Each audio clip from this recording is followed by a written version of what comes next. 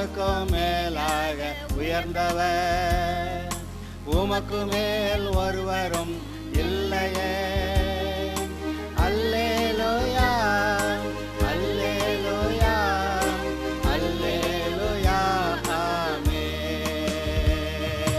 அல்லேலூயா, அல்லேலூயா, அல்லேலூயா, ஆமென். ஒருவரால் சிருஷ்டிக்கப்படாமலே. இப்பொழுதும் கூட யோவான் எழுதிய சுவிசேஷத்தில் முதல் அதிகாரத்தில் தேவன் எப்படிப்பட்டவர், அவருடைய குமாரன் எப்படிப்பட்டவர், நாம் எப்படி தேவனுடைய பிள்ளையாக மாறலாம், எப்படி நாம் ரட்சிக்கப்பட முடியும், எப்படி நாம் தேவனை பார்க்க முடியும் என்பதை பற்றி ஒரு சில வார்த்தைகளை யோவான் எழுதிய சுவிசேஷம் முதல் அதிகாரத்திலிருந்து நான் சொல்ல விரும்புகிறேன். அதில் சில காரியங்கள் விளங்காதது போல தோன்றலாம், ஆனாலும் கூட அதை விளங்குகிறதாய் நான் சொல்லுகிறேன். நன்றாய் கவனியுங்கள், இது மிகவும் ஆசீர்வாதமானதாக இருக்கும். ஆதியிலே வார்த்தை இருந்தது, அந்த வார்த்தை தேவனிடத்தில் இருந்தது, அந்த வார்த்தை தேவனாய் இருந்தது. அவர் ஆதியிலே தேவனோடு இருந்தார், சகலமும் அவர் மூலமாய் உண்டாயிற்று, உண்டானதொன்றும் அவராலே அல்லாமல் உண்டாகவில்லை. அவருக்குள் ஜீவன் இருந்தது, அந்த ஜீவன் மனுஷருக்கு ஒளியாக இருந்தது. அந்த ஒளி இருளிலே பிரகாசிக்கிறது, இருளானது அதை பற்றி கொள்ளவில்லை. 9வது வசனம், உலகத்தில் வந்து எந்த மனுஷனையும் பிரகாசிப்பிக்கிற ஒளியே அந்த மெய்யான ஒளி. அடுத்து 12வது வசனம், அவருடைய நாமத்தின் மேல் விசுவாசம் உள்ளவர்களாய் அவரை ஏற்றுக்கொண்டவர்கள் எத்தனை பேர்களோ அத்தனை பேர்களும் தேவனுடைய பிள்ளைகளாகும்படி அவர்களுக்கு அதிகாரம் கொடுத்தார். அவர்கள் இரத்தத்தினாலாவது மாம்ச சித்தத்தினாலாவது புருஷனுடைய சித்தத்தினாலாவது பிறவாமல் தேவனாலே பிறந்தவர்கள். அந்த வார்த்தை மாம்சமாகி கிருபையினாலும் சத்தியத்தினாலும் நிறைந்தவராய் நமக்குள்ளே வாசம் பண்ணினார். அவருடைய மகிமையை கண்டோம், அது பிதாவுக்கு ஒரே பேரானவருடைய மகிமைக்கு ஏற்ற மகிமையாகவே இருந்தது. அடுத்து 16 சேர்த்து வாசிக்கிறேன். அவருடைய பரிபூரணத்தினால் நாம் எல்லாரும் கிருபையின் மேல் கிருபை பெற்றோம். எப்படி எனில் நியாயப்பிரமாணம் மோசையின் மூலமாய் கொடுக்கப்பட்டது, கிருபையும் சத்தியமும் இயேசு கிறிஸ்து மூலமாய் உண்டாயின. தேவனை ஒருவனும் ஒரு காலம் கண்டதில்லை, பிதாவின் மடியில் இருக்கிற ஒரே பேரான குமாரனே அவரை வெளிப்படுத்தினார். இத்தோட கூட மத்தேயு 5:8 ஒரு வசனத்தை இப்போ நான் சொல்கிறேன், இருதயத்தில் சுத்தமுள்ளவர்கள் பாக்கியவான்கள், அவர்கள் தேவனை தரிசிப்பார்கள் என்று. ஆக இந்த வசனங்களின் அடிப்படையில் இன்று ஒரு பெரிய ஒரு வெளிப்பாட்டை நாம் பார்க்க போகிறோம். முதல் வசனம், யோவான் எழுதிய சுவிசேஷத்தில் முதல் அதிகாரத்தில் முதல் வசனம், ஆதியிலே வார்த்தை இருந்தது, அந்த வார்த்தை தேவனிடத்தில் இருந்தது, அந்த வார்த்தை தேவனாக இருந்தது. இது அநேருக்கு சற்று குழப்பமானதாக இருக்கலாம். எனக்கு கூட ஆரம்ப கட்டங்களில் ஒன்றுமே விளங்கலை. இது என்னமோ சரி சொல்லியிருக்கிறாரு வச்சுக்கிடுவோம் அப்படின்ட்டு பேசாமல் இருந்தேன். ஆனால் ஒரு நேரம் நம்முடைய இருதயம் பாருங்கள், இருதயத்தில் சுத்தமுள்ளவர்கள் பாக்கியவான்கள், அவர்கள் தேவனை தரிசிப்பார்கள். அப்போ நம்முடைய இருதயம் அவருக்கு ஏற்றார் போல ஒரு பக்குவத்தில் வரும்போது இந்த வேத வாக்கியங்கள் அதிகமான அந்த வெளிப்பாடுகளை நமக்கு கொடுக்கின்றன. ஆதலால் எனக்கு ஒரு நேரம் அந்த வெளிப்பாடு வந்தது. ஆதியிலே வார்த்தை இருந்தது, அந்த வார்த்தை தேவனாக இருந்தது. இடையில ஒரு வசனம், அந்த வார்த்தை தேவனிடத்தில் இருந்தது. என்ன ஐயா அது அப்படின்னு நினச்சா ஒரு ஃப்ளாஷ் போல ஒரு வெளிச்சம் வருகிறது. உடனே எல்லாம் தெளிவாகிவிட்டது. ஆதியிலே வார்த்தை இருந்தது, அந்த வார்த்தை தேவனிடத்தில் இருந்தது. அதாவது தேவன் ஆவியாக இருக்கிறார். யோவான் 4:24 இப்போ நான் வாசிக்கிறேன். தேவன் ஆவியாக இருக்கிறார், அவர் மாம்சமா சரீரமா அப்படி இல்லை. தேவன் ஆவியாக இருக்கிறார், அவரை தொழுது கொள்ளுகிறவர்கள் ஆவியோடும் உண்மையோடும் அவரை தொழுது கொள்ள வேண்டும் என்றார். அப்போ தேவன் ஆவியாக இருக்கிறார். இப்போ இங்கே நீங்கள் அந்த வரியை நீங்கள் எப்படி பார்க்கலாம்? ஆதியிலே வார்த்தை இருந்தது, அந்த வார்த்தை ஆவியாக இருக்கிற தேவனிடத்தில் இருந்தது, அந்த வார்த்தை தேவனாக இருந்தது. இதை இன்னும் கொஞ்சம் சற்று விளக்கமாக சொல்லட்டுமா? ஆதியிலே வார்த்தை, பேசுகிற வார்த்தை, வார்த்தை இருந்தது, அந்த வார்த்தை ஆவியாகிய தேவனிடத்தில் இருந்தது. சரி, அந்த வார்த்தை மூலமாய் ஆவியாய் இருக்கிற தேவன் தன்னை வெளிப்படுத்துகிறார், தன்னுடைய கிரியைகளை செய்கிறார் என்று நீங்கள் பார்க்கலாம். எங்கே இப்போ இந்த வசனத்தை நான் மறுபடியும் அதே அர்த்தத்தோடு சொல்லவா? ஆதியிலே வார்த்தை இருந்தது, அந்த வார்த்தை ஆவியாக இருக்கிற தேவனிடத்தில் இருந்தது, அந்த வார்த்தை தேவனாக இருந்தது தான். ஆனால் அந்த வார்த்தை மூலமாக ஆவியாக இருக்கிற தேவன் தன்னை வெளிப்படுத்துகிறார், தன்னுடைய கிரியைகளை நடப்பிக்கிறார். ஓகே, இதுதான் எத்தனை தடவை கேட்டாலும் இதுதான் விஷயம். அடுத்து இயேசுவை பற்றி வருகிற வார்த்தையை சொல்லுகிறேன். 2, 3, 4, 5 இந்த 4 வசனங்களும் அவருடைய குமாரனாய் இயேசுவை பற்றி சொல்லுகிறது. அவர் ஆதியிலே தேவனோடு இருந்தார். யார்? இயேசு ஆதியிலே தேவனோடு இருந்தார். இதுக்கு வெளிப்படுத்தின விசேஷத்தில் ஒரு வசனம் 13:8 நான் உங்களுக்கு வாசித்து காட்டுறேன். வெளிப்படுத்தின விசேஷம் 13:8, உலகத்தோற்றம் முதல் அடிக்கப்பட்ட ஆட்டுக்குட்டியினுடைய ஜீவ புஸ்தகத்தில் பேரெழுதப்படாத பூமியின் குடிகள் யாவரும் அந்த அந்தி கிறிஸ்துவை, அந்த சிலையை வணங்குவார்கள். யாரெல்லாம் வணங்குவாங்க? உலகத்தோற்றம் முதல் அடிக்கப்பட்ட ஆட்டுக்குட்டியினுடைய ஜீவ புஸ்தகத்தில். அப்போ இயேசுவை பற்றி என்ன சொல்கிறது? உலகத்தோற்றம் முதல் அடிக்கப்பட்ட ஆட்டுக்குட்டி. இயேசுவானவர் 2000 வருஷத்துக்கு முன்னாடி பிறந்து வந்து சிலுவைக்கு போய் அடிக்கப்பட்ட ஆட்டுக்குட்டியாக அவர் ஒன்றும் தன்னை பலியாக கொடுக்கல. அவர் உலகத்தோற்றம் முதலே அடிக்கப்பட்ட ஆட்டுக்குட்டி அப்படின்னு சொல்லி எழுதியிருக்கு. இவர் தேவனுடைய குமாரன், நம்முடைய மீட்புக்காக அடிக்கப்படுகிற தேவ ஆட்டுக்குட்டியாக அந்த ஆதி முதல் தெரிந்து கொள்ளப்பட்டிருந்தார். இங்கே என்ன எழுதியிருக்கு? அவர் ஆதியிலே தேவனோடு இருந்தார். அந்த ஆதியிலே தேவனோடு இருந்தவர் சும்மா இருந்துட்டு இப்போ 2000 வருஷங்களுக்கு முன்னாடி ஏதோ இந்த ரட்சிப்பின் கிரியை நிறைவேற்றினாரா அப்படின்னு கேட்டால் அப்படி இல்லை. அவர் என்ன செஞ்சாராம்? கொலோசையரில் 1 அதிகாரத்தில் நான் வாசிக்கிறேன். 13, 14, 15, 16 வாசிக்கவா? கொலோசையர் 1 அதிகாரம் 13 இருளின் அதிகாரத்திலிருந்து நம்மை விடுதலையாக்கி தமது அன்பின் குமாரனுடைய ராஜ்யத்துக்கு உட்படுத்தினவருமாக இருக்கிற பிதாவை ஸ்தோத்திரிக்கிறோம். அப்போ அன்பின் குமாரனுடைய ராஜ்யத்துக்கு நம்மை உட்படுத்தினாராம். ரைட்டு. அடுத்து 14வது வசனம், குமாரனாகிய அவருக்குள் அவருடைய இரத்தத்தினாலே பாவ மன்னிப்பாகி மீட்பு நமக்கு உண்டாயிருக்கிறது. அப்போ அவருக்குள்ளே, இயேசு கிறிஸ்துவுக்குள்ளே தான் பாவ மன்னிப்பாகிய மீட்பு நமக்குள்ளே உண்டாயிருக்கு. அவர் அதர்சனமான தேவனுடைய தற்சுரூபமும். எப்படியா? அதர்சனமான தேவனுடைய தற்சுரூபமும் சர்வ சிருஷ்டிக்கும் முந்தின பேருமானவர், எல்லா சிருஷ்டிகளை காட்டிலும் முந்தினவர். ஆதியிலே தேவன் வார்த்தையாக இருந்தார், அவர் ஆதியிலே தேவனோடு இருந்தார். அப்போ இயேசுவும் ஆதியிலே தேவனோடு இருந்தார். சரி, இந்த 16வது வசனத்தை வாசிக்கிறேன். இதில் ஒரு பெரிய காரியத்தை நீங்கள் பார்க்கிறீர்கள். ஏதோ ஆதி முதல் அவரோட கூட இருந்தாருங்க, அப்புறம் 2000 வருஷத்துக்கு முன்னாடி தன் ஜீவனை சிலுவையில் கொடுத்து நமக்கு பரிகாரம் செஞ்சாருங்க. இல்லை, கவனியுங்கள். ஏனென்றால் அவருக்குள் சகலமும் சிருஷ்டிக்கப்பட்டது. யார்? இயேசுவுக்குள் சகலமும் சிருஷ்டிக்கப்பட்டது.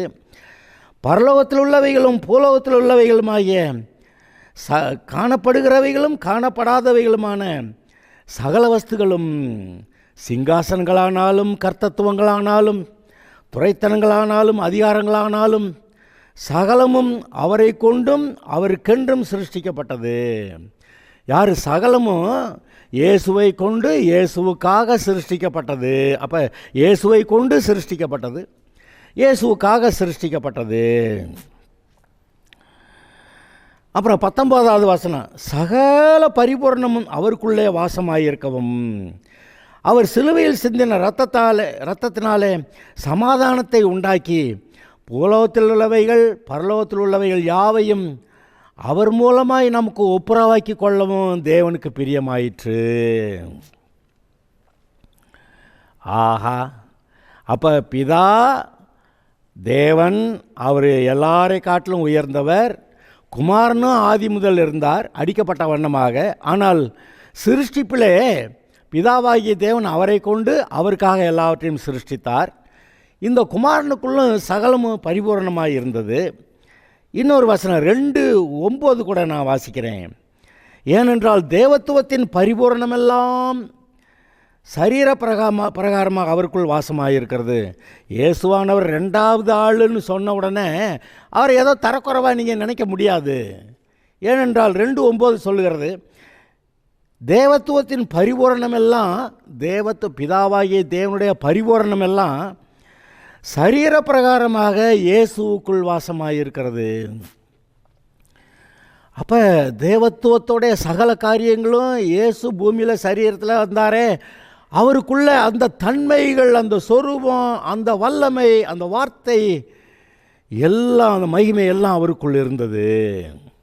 அந்த மகிமை அவர் வெளிப்படுத்தலையே ஒழிய, அதையெல்லாம் இந்த முக்காடு போட்டா அப்படின்னு சொல்கிறோமே, அதுபோல் அதெல்லாம் மூடி வைத்திருந்தது. அப்படி இருந்த குமாரனாய் இயேசு அங்கே எபிரேயருக்கு எழுதின நிருபத்தில் நீங்கள் வாசிச்சிங்கன்னா முதல் அதிகாரத்தில் 3வது வசனம், இந்த இயேசு அந்த பிதாவுடைய தேவனுடைய மகிமையின் பிரகாசமும் அவருடைய தன்மையின் சொரூபமுமாயிருந்து சர்வத்தையும் தம்முடைய வல்லமையுள்ள வசனத்தினாலே தாங்குகிறவராய். யார்?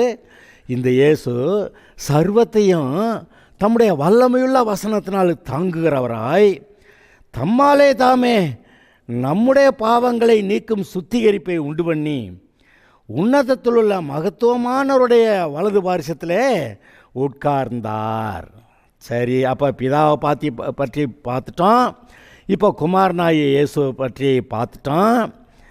இந்த பரிசுத்த ஆவியானவரை பற்றியும் ஒரு வரி நான் சொல்லிடுறேன். ஏன்னா மற்ற காரியங்களை சொல்லணும், அதனால் இதை சுருக்கமாக சொல்லிடுறேன்.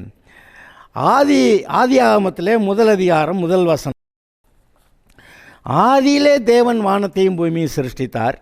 பூமியானது ஒழுங்கின்மையும் வெறுமையுமாய் இருந்தது, ஆழத்தின் மேல் இருள் இருந்தது. இப்போ என்ன நடக்குது? தேவ ஆவியானவர், அதான் பரிசுத்த ஆவியானவர், ஜலத்தின் மேல் அசைவாடி கொண்டிருந்தார். அப்போது தேவன் வந்து வெளிச்சம் உண்டாக கடவுது என்றார். வெளிச்சம் உண்டாயிற்று. வெளிச்சம் நல்லது என்று தேவன் கண்டார். வெளிச்சத்தையும் இருளையும் தேவன் வெவ்வேறாக பிரித்தார். தேவன் வெளிச்சத்துக்கு பகல் என்று பெயரிட்டார், இருளுக்கு இரவென்று பெயரிட்டார். சாயங்காலம் விடியற்காலமாகி முதலாம் நாள் ஆயிற்று. இது முதல் நாள் சிருஷ்டிப்பு. பிறகு 6 நாள் சிருஷ்டிப்பு நம்ம பார்க்குறோம். 7வது நாள் ஓய்ந்திருந்தார்னு பார்க்குறோம். மனுஷனோட கூட தேவன் தம்முடைய நேரத்தை செலவு பண்ணியிருக்கிறார். ஆக இந்த சிருஷ்டிப்பிலே பரிசுத்த ஆவியானவருடைய பங்கு என்ன என்று நீங்கள் பார்க்கிறீர்கள். தேவன் பிதாவாகி தேவன் உன்னதமானவர். ஆதியிலே வார்த்தை இருந்தது, அந்த வார்த்தை ஆவியாகி இருக்கிற தேவனிடத்தில் இருந்தது. அந்த வார்த்தையினாலே தேவன் வெளிப்படுகிறார். அப்புறம் 2வது 3வது 4வது 5வது வசனங்களில் அவர் ஆதியிலே தேவனோடு இருந்தார், சகலமும் அவர் மூலமாய் உண்டாயிற்று, உண்டானதொன்று அவராலே அல்லாமல் உண்டாகவில்லை, அதாவது இயேசுவை அல்லாமல் உண்டாகவில்லை. அவருக்குள் ஜீவன் இருந்தது, அந்த ஜீவன் மனுஷருக்கு ஒளியாக இருந்தது.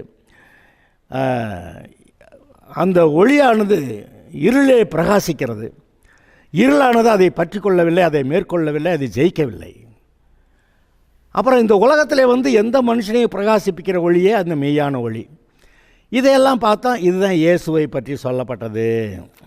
பரிசுத்த ஆவியானவரை பற்றி என்ன பார்த்தோம்? சிருஷ்டிப்பின் போது பரிசுத்த ஆவியானவர் ஜலத்தின் மேல் அசைவாடி கொண்டிருந்தார். அப்பொழுது தேவன் பேசினார், சகலம் உண்டாயிற்று. ஆக பிதா, குமாரன், பரிசுத்த ஆவியானவரை பற்றி ஒரு நல்ல ஒரு வெளிப்பாடு இதில் நமக்கு கிடைத்திருக்கிறது. இப்பொழுது இயேசு மூலமாய் நமக்கு ரட்சிப்பு உண்டு என்பதை அந்த முதல் அதிகாரத்தில் முதல் வசனம் தவிர மீதி இருக்க வசனங்களை சொல்லுகிறது. நான் அதை இன்னும் கொஞ்சம் விளங்குற மாதிரி சொல்கிறேன். அவர் ஆதியிலே தேவனோடு இருந்தார். யார்? இயேசு ஆதியிலே தேவனோடு இருந்தார். சகலமும் அவர் மூலமாய், அதாவது இயேசு மூலமாய் உண்டாயிற்று. உண்டானதொன்றும் அவரால் அல்லாமல் உண்டாகவில்லை. இயேசுவையால் அல்லாமல் அண்ட சராசரங்கள் இருக்க எதுவுமே உண்டாகலை. பிதாவாகிய தேவன் இயேசுவை கொண்டு இயேசுவுக்காக சிருஷ்டித்தார். அதை தான் கொலோசையர் 1:16 வாசிக்கிறோம். அவருக்குள் ஜீவன் இருந்தது. யார்? இயேசுவுக்குள் ஜீவன் இருந்தது. அந்த ஜீவன் மனுஷருக்கு ஒளியாக இருந்தது. அந்த ஒளி இருளிலே பிரகாசிக்கிறது. இருளானது அதை பற்றி கொள்ளவில்லை, ஜெயிக்கவில்லை. அப்புறம் 9வது வசனம், உலகத்திலே வந்து எந்த மனுஷனையும் பிரகாசிப்பிக்கிற ஒளியே இந்த மெய்யான ஒளி. பாருங்க, ஆதாம் பாவம் செஞ்ச பிறகு இருள் சூழ்ந்தது. அவனுக்குள்ள இருந்த வெளிச்சம் எடுபட்டு விட்டது. ஏன்னா கர்த்தர் தான் பரிசுத்த ஆவியானவர் அவனுக்குள்ளே கொடுத்து, அவனுக்குள்ள ஒரு வெளிச்சத்தை கொடுத்து அவனை ஒளியாக இருக்கும்படி வைத்தார். ஆனால் இந்த ஆதாம் வந்து பிசாசுடைய கட்சியில் சேர்ந்ததுனால இவனுக்குள்ள இந்த ஒளி, அதாவது பரிசுத்த ஆவியானவர் எடுக்கப்பட்டு விட்டார். அப்போ அவனுக்குள் இருள் வந்தது. அது மாத்திரமல்ல, இவன் செய்த பாவத்தை நிமித்தம் பிசாசு பூமியிலேயே குடியிருக்க ஆரம்பிச்சிட்டான். அப்போ ஆதாமை சூழ்ந்து இருக்கிறதும் இருளாக இருக்கிறது. பாருங்க, இப்போ ஆதாமுக்குள்ளே இருள் இருக்குது, அதான் பிசாசு இருக்குது. ஆதாமை சூழ்ந்து இருள் இருக்குது. என்னங்க குருட்டாட்டத்தில் ஒன்றுமே தெரியாமல் மதியற்ற நிலைமையில் நாம் யார், என்ன செய்கிறோம், என்ன எதுக்காக அங்கே இருக்கிறோம், ஒன்றுமே தெரியாமல் குருட்டாட்டத்தில் இந்த மனுஷன் அந்த பிசாசோடைய தூண்டுதலினாலே பாவங்களை செய்து கொண்டே இருக்கிறான். அங்கே ரோமர் 7வது அதிகாரத்தில் வாசிங்கன்னா, நிர்பந்தமான மனுஷன் நான், மனுஷனுடைய நிலைமையை சொல்கிறார். அது நல்ல காரியங்களை செய்யணும்னு நினைக்கிறானா, செய்ய முடியலையா. கெட்ட காரியங்களை செய்யக்கூடாதுன்றானா, ஆனால் செஞ்சிடறானா. அதனால் அங்கே சொல்லப்படுகிறது, நிர்பந்தமான மனுஷன் நான், இந்த பாவ சரீரத்திலிருந்து யார் என்னை விடுதலையாக்கக்கூடும் அப்படின்னு அங்கே ஒரு வசனம் இருக்குது. அதாவது இந்த ரட்சிக்கப்படாத மனிதனுடைய உண்மையான நிலைமையை அங்கே அது வர்ணிக்கிறது. இப்படி உள்ளே இருள், வெளியே இருள், கண்கள் குருட்டாட்டத்தில் இருக்கிறது. 2 கொரிந்தியர் 4 வாசிங்கன்னா, பாவத்தில் இருக்கிற மனுஷனுடைய கண்கள், மனக்கண்கள் குருடாக இருக்கிறது என்று அங்கே சொல்லியிருக்கிறது. நான் அதை வாசித்து காட்டுறேன். 2 கொரிந்தியர் 4வது வசனம், தேவனுடைய சாயலாக இருக்கிற கிறிஸ்து, தேவனுடைய சாயலாக இருக்கிற கிறிஸ்துவின் மகிமையான சுவிசேஷத்தின் ஒளி இந்த ரட்சிக்கப்படாத இந்த உலக மக்களுக்கு பிரகாசமாயிராதபடிக்கு இந்த பிரபஞ்சத்தின் தேவனானவன் யார்? பிசாசு. அவருடைய மனதை குருடாக்கினான். மனுஷருடைய மனதை குருடாக்கிட்டானா, மனக்கண்களை குருடாக்கிட்டானா. எப்படி? இவர்கள் பாவியாக இருக்கிறபடியால் இந்த பிசாசுக்கு இவர்கள் மேல் அதிகாரம் இருக்கிறது. அந்த அதிகாரத்தை கொண்டு இவர்களை குருடாக்கிட்டான். அந்த பழத்தை தின்னா கண்ணு திறக்கும்னு சொல்லியிருந்தான். ஆனால் திறந்ததோ பாவக்கண்கள். அவன் தேவனை பார்க்கிற கண்கள் அப்போ அடைச்சிக்கிச்சு. அப்போ பாவியாக இருக்கிறவுடைய கண்கள், அந்த தேவனால் கொடுக்கப்பட்ட அந்த கண்கள் அடைத்து கொண்டது. அதை தான் இங்கே எப்படி வாசிக்கிறான்? இந்த உலக மக்கள் பாவிகளுக்கு தேவனுடைய சாயலாக இருக்கிற கிறிஸ்துவின் மகிமையான சுவிசேஷத்தின் ஒளி அவர்களுக்கு பிரகாசமாயிராதபடி இந்த பிசாசு அவருடைய மனதை கூடாக்கி விட்டான், மனக்கண்கள் கூடாக்கி விட்டன. ஆக பிசாசு இவர்களை கூடாக்கிட்டான். உள்ளேயும் இருட்டு, வெளியேயும் இருட்டு. இந்த நிலைமையில் இந்த உலகத்திலே வந்து எந்த மனுஷனையும் பிரகாசிப்பிக்கிற ஒளியே அந்த மெய்யான ஒளி. இன்றைக்கி ஒளியை தேடி மக்கள் அலைகிறார்கள். ஆனால் ஒளியானவர் பக்கத்திலே இருக்கிறாரு. அப்புறம் ஒரு இடத்துல சொல்லியிருக்கு, ஒளியானது இந்த உலகத்திலே வந்திருந்தும் இந்த உலக மக்கள் ஒளியை பார்க்கலும் இருளை விரும்புகிறதே அவருடைய நியாயத்தீர்ப்புக்கு காரணமாக இருக்கிறது என்று யோவான் 3வது அதிகாரத்தில் வாசிக்கிறீங்க. ஆக இயேசுவானவர் மகிமையின் ஒளியாக தேவனால் கொடுக்கப்பட்ட அந்த வெளிச்சத்தோடு கூட நமக்கு ஒளியாக இருக்கும்படி வந்தார். இந்த இடத்துல இன்னொரு வசனத்தை கூட நான் உங்களுக்கு சொல்ல விரும்புகிறேன். யோவான் 5வது அதிகாரம் 26வது வசனம்.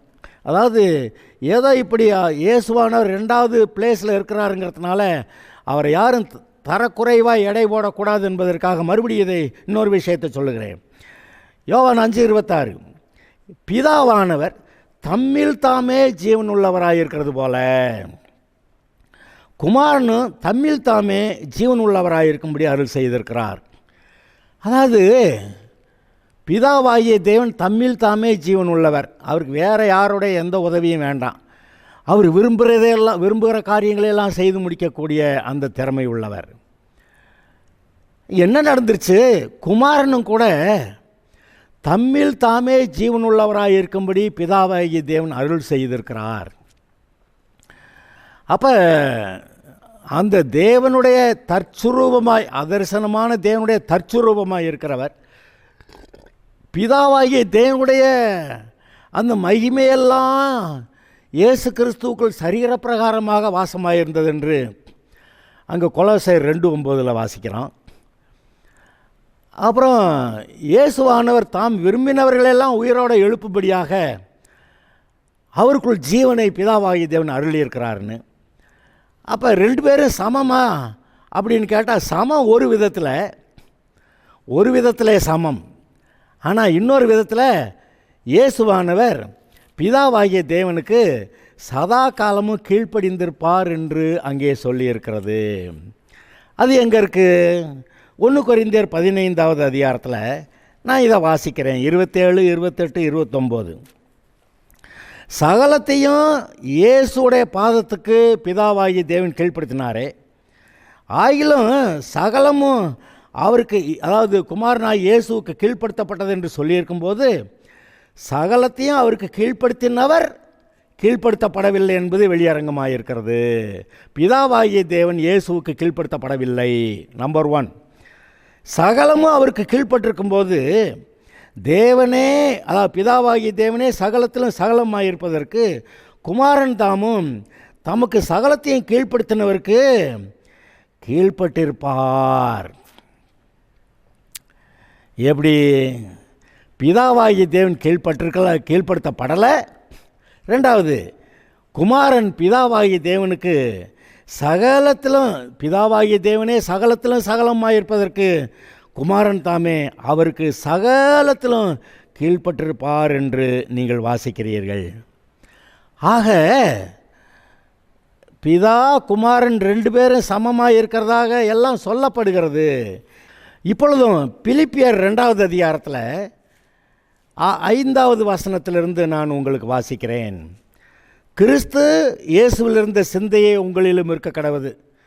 கிறிஸ்து இயேசுவில் இருந்த சிந்தை என்னது? அவர் எப்போதும் பிதாவுக்கு கீழ்ப்படிந்திருப்பார். அதை தான் சொல்ல வர்றார். இயேசுவானவர், அதாவது தேவனுடைய குமாரன், இந்த நமக்கு ரட்சிப்பை உண்டு பண்ணும்படியாக எல்லா அதிகாரத்தையும் பரலோகத்திலேயே வைத்துவிட்டு பூமியிலே ஒரு சாதாரண மனுஷனாக வந்தவர். அவர் கர்த்தருடைய சித்தத்தின்படி செய்து பிதாவுடைய வலது பார்சத்திலே உட்கார்ந்தார் என்றும் எல்லா நாமத்துக்கும் மேலான நாமத்தை அவர் பெற்றிருந்தார் என்றும் இங்கே வாசிக்கிறோம். அதை வாசிக்கிறேன். முதல்ல, அவர் தேவனுடைய ரூபமாக இருந்தும் தேவனுக்கு சமமாயிருப்பதை கொள்ளையாடின பொருளாக எண்ணாமல் தம்மை தாமே வெறுமையாக்கி அடிமையின் ரூபம் எடுத்து மனுஷ சாயலானார். அவர் மனுஷ ரூபமாய் காணப்பட்டு சிலுவையின் மரண பரியந்தமும் பிதாவுக்கு கீழ்ப்படிந்தவராகி தம்மை தாமே தாழ்த்தினார். ஆதலால் தேவன் எல்லாவற்றுக்கும் மேலாக அவரை உயர்த்தி இயேசுவின் நாமத்தில் வானோர் பூதலத்தோர் பூமியின் கீழானோருடைய முழங்கால் யாவும் முடங்கும்படிக்கும் பிதாவாகிய தேவனுக்கு மகிமையாக இயேசு கிறிஸ்து கர்த்தர் என்று நாவுகள் யாவும் அறிக்கை பண்ணும்படிக்கும் எல்லா நாமத்துக்கும் மேலான நாமத்தை இயேசுவுக்கு பிதாவாகிய தேவன் தந்தருளினார். இப்படி சொல்லிட்டு, அதுதான் முந்தின வசனம், இயேசு கிறிஸ்துவில் இருந்த சிந்தையே கடவுது. அவருடைய சிந்தை என்ன? பிதாவாகிய தேவனுக்கு எப்போதும் எல்லா விஷயத்தில் நான் கீழ்ப்படிந்திருப்பேன் அப்படின்னு. ஆக இயேசுவும் தேவனும் ஒரு விதத்தில் சமமாய் இருக்கிறார்கள். ஏன்னா தேவத்துவத்தின் பரிபூரணமெல்லாம் இயேசுவுக்குள் சரீர பிரகாரமாக வாசமாக இருந்தது. ஆனால் தேவன் மூலமாகவே பிதா தம்மில் தாமே ஜீவனுள்ளவராக இருக்கிறது போல் இவர்களும் தம்மில் தாமே ஜீவனுள்ளவராக இருக்கும்படி பிதாவாகிய தேவன் அருள் செய்தார். அப்புறம் பிதாவாகிய தேவனுடைய சித்தத்தை தான் இயேசுவானவர் பூமியில் நிறைவேற்றினார். ஒரு நேரம் ரொம்ப பயமாக இருக்குது, குடும்பமான அந்த பாத்திரம் என்னை விட்டு நீங்கட்டும் என்று இயேசு கேட்டார். ஆனாலும் உடனே பிதாவே ஆகிலும் உம்முடைய சித்தத்தின்படி ஆக கடவுது என்று பிதாவுடைய சித்தத்துக்கு தன்னை ஒப்பு கொடுத்தார். ரொம்ப பயங்கரமான நேரத்தில் இயேசு பிதாவாகிய தேவனுக்கு அவருடைய சித்தத்துக்கு ஒப்பு கொடுத்தார். ஆக இதனால தான் பிதா, குமாரன், பரிசுத்த ஆவியானவர் 3 பேரும் 3 ஆட்தத்துவம் உள்ளவர்களாக இருந்தாலும் இயேசுவும் பரிசுத்த ஆவியானவரும் பிதா என்ன சொல்கிறாரோ அதை மட்டுமே செய்யக்கூடியவர்களாக இருந்தாங்க. நீங்கள் 1 கொரிந்தியர் 2வது அதிகாரத்தை வாசிக்கும்போது அதில் இந்த பரிசுத்த ஆவியானவர் பிதாவாகிய தேவனுடைய ஆழங்களையும் ஆராய்ந்திருக்கிறார் என்று எழுதியிருக்கிறது. அந்த ஆவியானவர் தான் நமக்கு தேவனை வெளிப்படுத்துகிறாருன்னு எழுதியிருக்கு. ஆக தேவனுடைய ஆழங்களையும் ஆராய்ந்த பரிசுத்த ஆவியானவர் அவர் தான் பிதாவாகிய தேவனை இயேசுவை நமக்கு வெளிப்படுத்துகிறவராக இருக்கிறாரு. ஆக பிதா, குமாரன், பரிசுத்த ஆவியானவர் இதை இந்த வசனங்களில் இப்போ நாம் சொன்ன முக்கியமான வசனங்களில் நீங்கள் திரும்ப பார்த்தீங்கன்னா நல்லாயிருக்கும். இது பற்றி ஒரு நல்ல வெளிப்பாடு உங்களுக்கு கிடைத்தா நல்லாயிருக்கும். இப்பொழுது இவர்கள் மூலமாக எப்படி நமக்கு ரட்சிப்பு உண்டாயிற்று அது சொல்கிறாரு. இந்த இயேசு கிறிஸ்துவோடைய நாமத்தின் மேல் விசுவாசம் உள்ளவர்களாய் அவரை இரட்சகர் என்று, ஆண்டவர் என்று, என்னுடைய பாவங்களுக்கு பரிகாரம் செய்தார் என்று விசுவாசிக்கிறவர்கள் எத்தனை பேர்களோ அத்தனை பேர்களும் தேவனுடைய பிள்ளைகளாகும்படி அவர்களுக்கு அதிகாரம் கொடுத்தார். பிதாவாகி தேவன் எல்லா மனுஷருக்கும் ஒரு அதிகாரம் கொடுக்கிறார். என்னது? இந்த இயேசுவை ஏற்றுக்கொள்ளுகிற எல்லாரும் தேவனுடைய பிள்ளைகளாகும்படி அதிகாரம் கொடுத்தார். அப்படி பிறக்கிறவர்கள் தேவனாலே பிறந்தவர்கள் அப்படின்னு சொல்லப்படுகிறது. புருஷனுடைய சித்தத்தினாலாவது, இரத்தத்தினாலாவது, மாம்சத்தினாலாவது பெறாமல் தேவனாலே பிறந்தவர்கள் என்று. பிறகு இந்த இயேசு எப்படி பூமியில் வந்து மனுஷரானார்னா, அந்த வார்த்தை மாம்சமாகி கிருபையினாலும் சத்தியத்தினாலும் நிறைந்தவராய் நமக்குள்ளே வாசம் பண்ணினார். அவருடைய மகிமையை கண்டோம். அது பிதாவுக்கு ஒரே பேரானவருடைய மகிமைக்கு ஏற்ற மகிமையாகவே இருந்தது. பார்வைக்கு சாதாரண ஆள் போல் இருந்தாலும் பிதாவாகிய தேவனுடைய மகிமைக்கு ஏற்ற மகிமையாக இருந்தது. பிறகு 17-18 பார்த்தா எப்படி நியாயப்பிரமாணம் மோசேயின் மூலமாய் கொடுக்கப்பட்டது. அது 10 கற்பனைகளை பற்றி எல்லாரும் மேன்மையாக சொல்லுவோம். ஆனால் அது நம்மளை யாரையும் ரட்சிக்காது. நம்மளை ரட்சிக்கக்கூடியவர் அவருடைய குமாரனாய் இயேசு. ஏன்னா அவர் தான் நம்முடைய பாவங்களுக்கு சிலுவையிலே பரிகாரம் செய்தவர். இங்கே வாசிக்கிறேன், கிருபையும் சத்தியமும் இயேசு கிறிஸ்து மூலமாய் உண்டாயின. இங்கே பாரு, உண்டாயின. நமக்கு கிருபையும் சத்தியமும் இயேசு கிறிஸ்து மூலமாய் உண்டாயின. இயேசுவே சொல்லுகிறார், நானே வழியும் சத்தியமும் ஜீவனுமாய் இருக்கிறேன் என்று. அப்போ நமக்கு கிருபை, நம்முடைய நியாயம் பேசி கர்த்தர்கிட்ட போய் அவருடைய பிள்ளையாக மாற முடியாது. அதனால் நமக்கு கிருபை, இரக்கம் தேவைப்பட்டது. அந்த கிருபையை உண்டாக்குனவர் இயேசுவான். எப்படி உண்டாக்குனார்? நம்முடைய பாவங்களுக்காக சிலுவையிலே தண்டனை ஏற்றுக்கொண்டு மனம் திரும்பி வர்றவங்களாம் நான் மன்னிக்கிறேன் அப்படின்னு மன்னிப்பதற்கு தகுதியுள்ளவராய் இயேசு வந்து நம்மை மன்னிக்கிறார். ஆக தேவனை ஒருவனும் ஒரு காலம் கண்டதில்லை. பிதாவின் மடியில் இருக்க ஒரே பேரான குமாரனை அவரை வெளிப்படுத்தினார். நமக்கு வெளிப்படுத்துகிறவர். ஆக பரிசுத்த ஆவியானவர் வந்து இயேசுடையதெல்லாம் நமக்கு பேசுவாராம். பரிசுத்த ஆவியானவர் தான் நமக்கு எல்லாவற்றையும் வெளிப்படுத்துவாராம், வரப்போகிற காரியங்களெல்லாம் அறிவிப்பாராம். அப்படியானா பிதா, குமாரன், பரிசுத்த ஆவியானவர் மூவரும் சேர்ந்து நம்முடைய ரட்சிப்புக்கான கிரியைகளை எப்படி நிறைவேற்றினார்கள் என்று நீங்கள் பார்க்குறீங்க. பிதாவாகிய தேவனுடைய அன்பு, இங்கே கர்த்தராகிய இயேசு கிறிஸ்து சிலுவையிலே நம்முடைய பாவங்களுக்கு தண்டனை ஏற்றுக்கொண்டு பரிகாரம் செய்து நாம் மனம் திரும்பி வந்தால் மன்னிக்கிறதற்கு அதிகாரம் பெற்றவர், தகுதி உள்ளவர். இப்போ நம்ம ஏற்றுக்கொண்டு வந்தால் பிதாவாகிய தேவனை நமக்கு வெளிப்படுத்தி தேவனுடைய ஆசீர்வாதங்களையெல்லாம் நம்ம கொண்டு வந்து கொடுக்குற பரிசுத்த ஆவியானவர். அதான் வேறொரு தேற்றரவாளன் எழுதியிருந்துச்சு. ஓகே, பெரிய சந்தோஷந்தானா? தேவனை பற்றிய ஒரு வெளிப்பாடு. இந்த தேவன் மூலமாக எப்படி நமக்கு ரட்சிப்பு உண்டாயிற்று. இயேசுவை ஏற்றுக்கொள்வீர்களா? நீங்கள் ரட்சிக்கப்படுவீர்கள். Okay, God bless you.